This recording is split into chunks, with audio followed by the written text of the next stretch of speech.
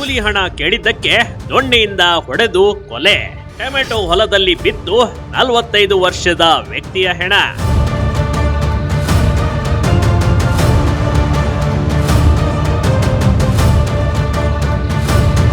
Just ಕೊಲೆಗಳು ಆಗೋದಕ್ಕೆ ದೊಡ್ಡ ವಿಚಾರಗಳು ಬೇಕಾಗಿಲ್ಲ ಕಣ್ರಿ.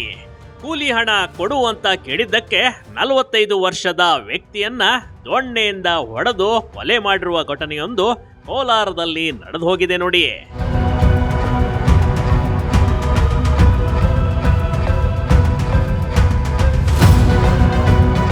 ಹೀಗೆ ಟೊಮಾಟೊ ಗದ್ದೆಯಲ್ಲಿ ರಾತ್ರಿ ಮಲಗೋದಕ್ಕೆ ಅಂತ ಹೋಗಿದ್ದ ವ್ಯಕ್ತಿ ಬೆಳಗ್ಗೆದ್ದು ನೋಡಿದ್ರೆ ಪೂರ್ತಿ ಹೆಣವಾಗಿ ಬಿದ್ದಿದ್ದ. ತಲೆಯ ಮೇಲೆ ತೀವ್ರವಾದ ಗಾಯದ ಪೆಟ್ಟುಗಳಿದ್ವು. ದೊಡ್ಡ ದೊಣ್ಣೆಯಿಂದ ತಲೆಯ ಮೇಲೆ ಸಾಕಷ್ಟು ಬಾರಿ ಹೊಡೆದು ಸಾಯಿಸಿರೋದು ಸ್ಪಷ್ಟವಾಗಿ ಕಂಡು ಬರ್ತಾ ಇತ್ತು ಕಣ್ರಿ. ಅಂತೇಳಿ ಬೆಳಿಗ್ಗೆ 7 ಗಂಟೆಗೆ ನಿಮ್ಮ ಚಿಕ್ಕಪ್ಪ ಅವರು ಸತ್ತೋಗಿದ್ದಾರೆ ಅಂತ ಹೇಳ್ಬಿಟ್ಟು ನನಗೆ ಫೋನ್ ಬರುತ್ತೆ. ಬಂದು ನೋಡ್ತೀವಿ, ಅದು ನಿಜ ಆಗಿರುತ್ತೆ.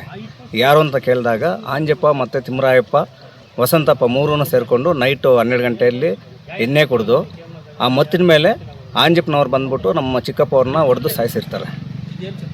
ಅವ್ರಿಗೆ ನಮ್ಗೇನು ಬೇಕು ಅಂತಂದರೆ ಕಾನೂನು ರೀತಿ ನಮಗೆ ಇದು ಮಾಡಿಕೊಡ್ಬೇಕು ಅಂತ ಹೇಳ್ಬಿಟ್ಟು ನಾನು ಮನವಿ ಮಾಡ್ತಾಯಿದ್ದೀನಿ. ಬೆಳಗ್ಗೆ ಯಾರು ನೋಡಿರೋ ಅಂತ? ಬೆಳಿಗ್ಗೆ ರಾಜು ಅನ್ನೋರು ನೋಡ್ತಾರೆ. ಅವ್ರಿಗೆ ಏನಕ್ಕೆ ಬಂದಿದೆ ಅಂತ? ಅವ್ರು ಗೇಟ್ ವಾಲ್ ತಿರ್ಸಕ್ಕೆ ಬಂದಿರ್ತಾರೆ. ಇಲ್ಲಿ ನೋಡ್ಬಿಟ್ಟು ನಮ್ಗೆ ಕಾಲ್ ಮಾಡ್ತಾರೆ, ಈ ಥರ ಆಗಿದೆ ಬನ್ನಿ ಅಂತ ಹೇಳ್ಬಿಟ್ಟು. ಹಳೆ ದ್ವೇಷ ಏನಿಲ್ಲ. ಅವರೇನು ಕೂಲಿ ಇದು ಸಂಬಳ ಕೊಡಬೇಕು ಅಂತ ಹೇಳ್ಬಿಟ್ಟು ಕೇಳಿದ್ದಾರೆ. ಮಾತಿಗೆ ಬೆಳ್ಕೊಂಡು ಈ ಥರ ದೊಡ್ಡದಾಗಿದೆ. ಅರ್ಥ ಆಗಲಿಲ್ಲ. ಕೂಲಿ ಸಂಬಳ ಅಂತ? ಕೂಲಿ ಅಂತಂದರೆ ಗಾರೆ ಕೆಲಸ ಮಾಡಿಸ್ತಾರೆ ಅವರು, ಮೇಸ್ತ್ರಿ. ಇವರು ಕೂಲಿಗೆ ಹೋಗಿರೋದು ಅವ್ರ ಹತ್ರ. ಯಾರು ಮೇಸ್ತ್ರಿ? ಯಾರು? ಆಂಜಪ್ಪ. ರಾತ್ರಿ ಮನೆಗೆ ಬಂದಿದ್ರ ನಿಮ್ಮ? ರಾತ್ರಿ 10 ಗಂಟೆ ತನಕ ಮನೆಯಲ್ಲಿದ್ದು ಆಮೇಲೆ ಕರ್ಕೊಬಂದಿರೋದು ಅವ್ರನ್ನ. ಏನ್ರಲ್ಲಿ ಹೊಡೆದಿರೋದ? ಕೋಲಲ್ಲಿ ಹೊಡೆದಿದ್ದಾರೆ ಸರ್. ಅಮೌಂಟ್ ಎಷ್ಟು ಕೊಡಬೇಕು? ಅಮೌಂಟು 3,000 ರೂಪಾಯಿ ತನಕ ಬರಬೇಕು. ಅದೇ ವಿಚಾರಕ್ಕೆ ಗಲಾಟೆ. ಬೇರೆ ಏನು ಜಮೀನು ವಿಚಾರ? ಬೇರೆ ಏನು ವಿಚಾರ ಇಲ್ಲ.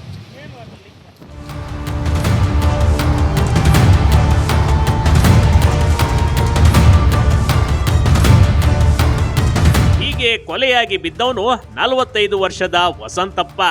ಕೋಲಾರ ಜಿಲ್ಲೆಯ ಶ್ರೀನಿವಾಸಪುರ ತಾಲೂಕಿನ ಕುಲಗುರ್ಗಿ ಗ್ರಾಮದವನು. ವಸಂತಪ್ಪನನ್ನ ಮೇಸ್ತ್ರಿ ಆಂಜಿ ಅನ್ನೋನು ಕೊಲೆ ಮಾಡಿರುವ ಶಂಕೆಯನ್ನ ಮನೆ ಮಂದಿ ವ್ಯಕ್ತಪಡಿಸಿದ್ದಾರೆ. ಕೂಲಿ ಮಾಡಿದ 3,000 ರೂಪಾಯಿ ಕೇಳಿದ್ದಕ್ಕೆ ಅಟ್ಟಾಡಿಸಿಕೊಂಡು ದೊಣ್ಣೆಯಿಂದ ಹೊಡೆದಿರುವ ಆರೋಪವನ್ನ ಮಾಡೋದು ಹೀಗೆ.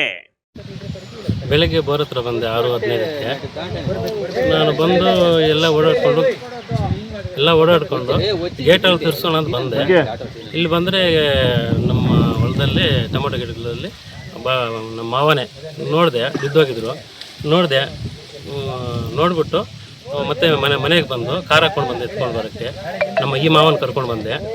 ನಾವಿಬ್ಬರು ಬಂದು ನೋಡಿದ್ವಿ, ಇಲ್ಲೇ ಇನ್ನೇನು ಉಸಿರೇನಿಲ್ಲ, ಬೇಡ ಅಂತ ಹೇಳಿಬಿಟ್ಟು ಗೊತ್ತಾಯಿತು. ಮತ್ತು ಪೊಲೀಸವ್ರಿಗೆ ಇನ್ಫಾರ್ಮೇಷನ್ ಮಾಡಿ.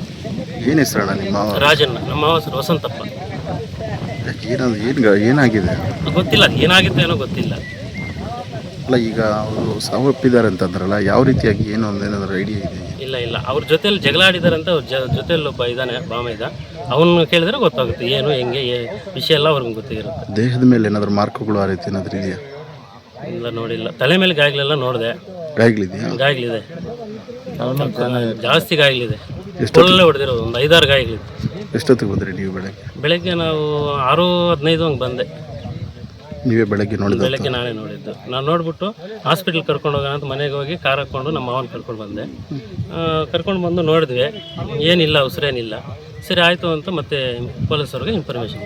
ರಾತ್ರಿ ಮನೆಗೆ ಬಂದಿದ್ರಂತ ನಿಮ್ಮ ಮಾವ ಅವರು? ಇಲ್ಲ, ಬಂದಿಲ್ಲ, ಮನೆಗೆ ಬಂದಿಲ್ಲ. ಯಾವಾಗ ಆಗಿರ್ಬೋದು ಈ ಘಟನೆ? ಅದೊಂದು 2 ಗಂಟೆ ಟೈಮಲ್ಲಿ ಆಗಿರ್ಬೋದು. ರಾತ್ರಿ? ಅದೇ ಅವು ನಮ್ಮ ಬಾಮ ಇದೆ 2 ಗಂಟೆಯಲ್ಲಿ ಇದು ಮಾಡ್ತಾರೆ. ರಾತ್ರಿ ಆಗಿರೋದು? ರಾತ್ರಿ 2 ಗಂಟೆಯಲ್ಲಿ. ಯಾರು ಮಾಡಿರೋದು ಏನು ಗೊತ್ತಿಲ್ಲ? ಅಲ್ಲ, ಇದಾನಲ್ಲ ಜೊತೆಯಲ್ಲಿ, ಅವ್ನು ಕೇಳಿದ್ರೆ ಗೊತ್ತಾಗುತ್ತೆ. ತಿಮ್ಮರಾಯನ್ ಕೇಳಿದ್ರೆ ಗೊತ್ತಾಗುತ್ತೆ. ಎಲ್ಲಿದ್ದಾರೆ ಅವರು? ಅವರು ಸ್ಟೇಷನಲ್ಲಿದ್ದಾರೆ. ಜೊತೆಯಲ್ಲಿದ್ರು ಅವ್ರು ನಿಮ್ಮ ಮಾವ ಜೊತೆ ರಾತ್ರಿ? ಇದ್ರಂತ, ಅವ್ರು ಜೊತೆಯಲ್ಲೇ ಇದ್ದಾರೆ.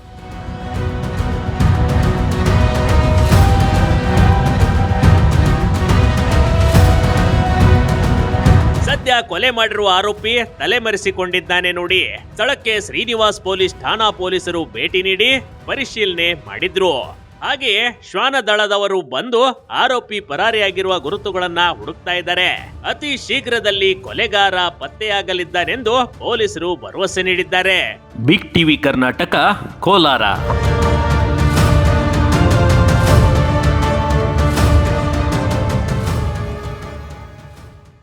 ಬಿಗ್ ಟಿವಿ ಕರ್ನಾಟಕ ಯೂಟ್ಯೂಬ್ ಚಾನೆಲ್ಗೆ ಈಗಲೇ ಸಬ್ಸ್ಕ್ರೈಬ್ ಮಾಡಿ. ಧನ್ಯವಾದಗಳು.